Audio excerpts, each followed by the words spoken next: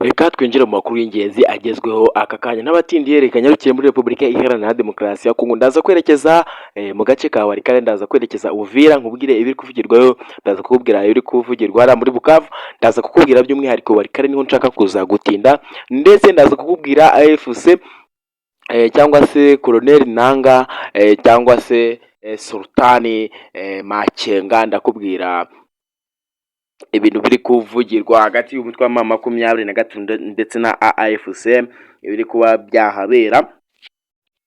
Nakubwira ko rero yamaze ibintu muri Repubulika Iharanira Demokarasi ya Kongo byamaze kuba byagenda bifata urundi rwego, dore ko rwose navuga ko bitari byiza kuri leta y'Kinshasa kuko byakomeje kugenda bihindura isura. Saho gusa ndibuze kukubwira, ndaza kureba ku mutekano w'u Rwanda ndetse n'igihugu cy'u Burundi ndetse n'inzika bo ubwabo bafitanye. Ibyo byose nibyo ndaza kuza kukubwira. Ndakwibutsa gukanda subscribe warangiza ugakanda no kuri like kugira ngo amakuru n'ibiganiro tubahereza bijye bibageraho gatanu kuri gatanu. Ariko by'umwihariko kambanze nshimire wowe wamaze kuba wakanda subscribe ndetse ugakanda like kugira ngo ibiganiro n'amakuru byacu bijye bita bikugeraho gatanu kuri gatanu. N'abatindiye reka mbere kubiri kuvugirwa hano mu Rwanda ndetse mite nerekeza no mu gihugu cy'u Burundi, nkubwire ibiri kuba byavugirwaho. Ni nyuma y'uko generali cyangwa se Evariste Ndayishimiye, ubwo ni n'umusirikare Evariste Ndayishimiye, ngo yakoze ikosi rihambaye cyane.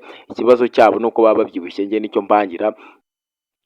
Hanyuma ndetse yaje gukora ikosi rihambaye ndetse nga atoza n'ingabo z'u Burundi zihambaye, dore ko ngo ariyo mpamvu ngo muri Repubulika Iharanira Demokarasi ya Kongo ubona igihugu cya Repubulika Iharanira Demokarasi ya Kongo abarundi aribo bakomeje kwiganzamo barwana urugamba. Ndetse yanavuze ko rwose usibye iyi kosi umurundi aba yarakoze rihambaye, ko rwose niyo bitaba ibyo ngibyo nta na rimwe rwose bazigera bapfa nk'uko abanyekongo bapfa birukanka. Byagaragaye n'amagambo yagaragaye ayavuga ndetse avuma abanyekongo ndetse abatuka ko ari n'imbwa bitewe n'uburyo bapfa, cyangwa se kwirukanka nyine kugaragaza ubugwari ku mirongo y'urugamba. Ni kenshi kagaragaye FARDC rwose ikwira imishwaro ikiruka bikomeye cyane. Nimva hano ndaza kukubwira ko rwose u Rwanda rwo rwamaze gutangaza ko rwose rutazigera cyangwa se nta na gahunda n'imwe rufite yo kuba rwakataka igihugu cy'u Burundi. Ibyo byavuzwe nyuma y'uko igihugu cy'u Burundi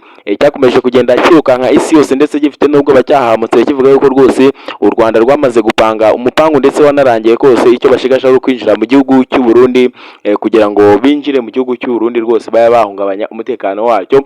Ariko u Rwanda rwamaze impungenge, bamwe muri bamwe bari babumvishe ibyo bintu cyangwa se nabo ubwabo ntekereza ko impungenge zashije, dore ko u Rwanda rwo rwavuze ko rudateze kuzigera rutera Burundi na rimwe.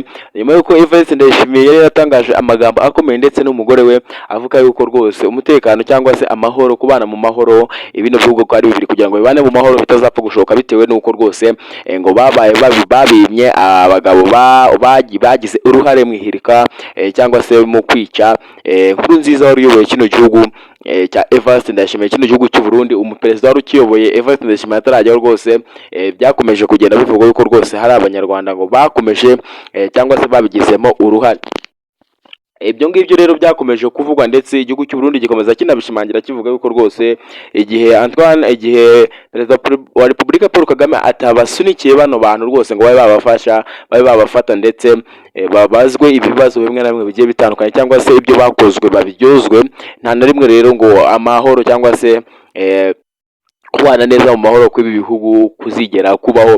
Nimva aho ngaho ndaza muri Repubulika Iharanira Demokarasi ya Kongo, ndaza kubwira za Uvira rwose. Hari za Uvira ni biturika, ni amasasu, ni amabombe, ni imirambo, ni amaraso bitewe n'uko rwose inyeshyamba za M23 ziri gukomanga nta mikino, ziri gukomanga rwose zasaze kuko ziri kuzana n'ibiturika byinshi bitewe n'uko rwose ziri gushaka kano gace, dore ko ari nako gace kasigaye hagati. Ariko ningera Kisangani ndaza kubwira ko rwose ingabo za FARDC zifatanyije na FDLR n'abawazalendo bakomeje kwataka kano gace mu M23 imaze iminsi yigarurije. Avuga ko kano gace rwose kafashwe n'inyeshyamba za M23, ariko biri kugaragara ko abarundi cyangwa se leta y'Kinshasa by'umwihariko ikeneye kano gace bitewe n'uko nibwo bwa mbere hagaragaye agace kari gukomangwamo cyane n'izi ngabo ziri kuza kwataka, naho navuga ko ari amasasu ndetse n'ibibombe biri kuvugira hano.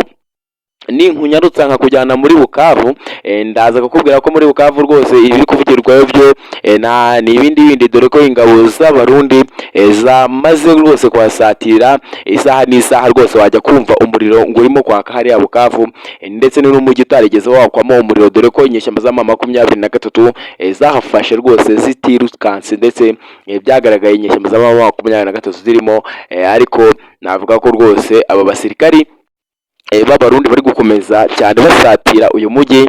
Ndaza kukubwira ko rwose abantu basirikare ba M23 bo ubwabo bagaragaye batunda ibikoresho bihambaye cyane bajyana by'umwihariko mu mujyi wa Bukavu, kugira ngo rwose babashe kuba barwana n'aba bagabo b'abarundi, ngo babashe kuba batsinda intambara, ndetse kano gace ka Bukavu izi ngabo z'Uburundi zitaza kukigarurira. Ni nyuma y'uko M23 yavuze amagambo igira ati twebwe turashaka Uvira kuva ubu ngubu, ndetse bitewe n'uko twebwe turwanira kwishyira kwizana kwa muntu, ubu nk'aba barundi bararwanira iki mu gihugu cyacu, tukimara gusoza abarundi tuzahita twinjira mu gihugu cy'u Burundi.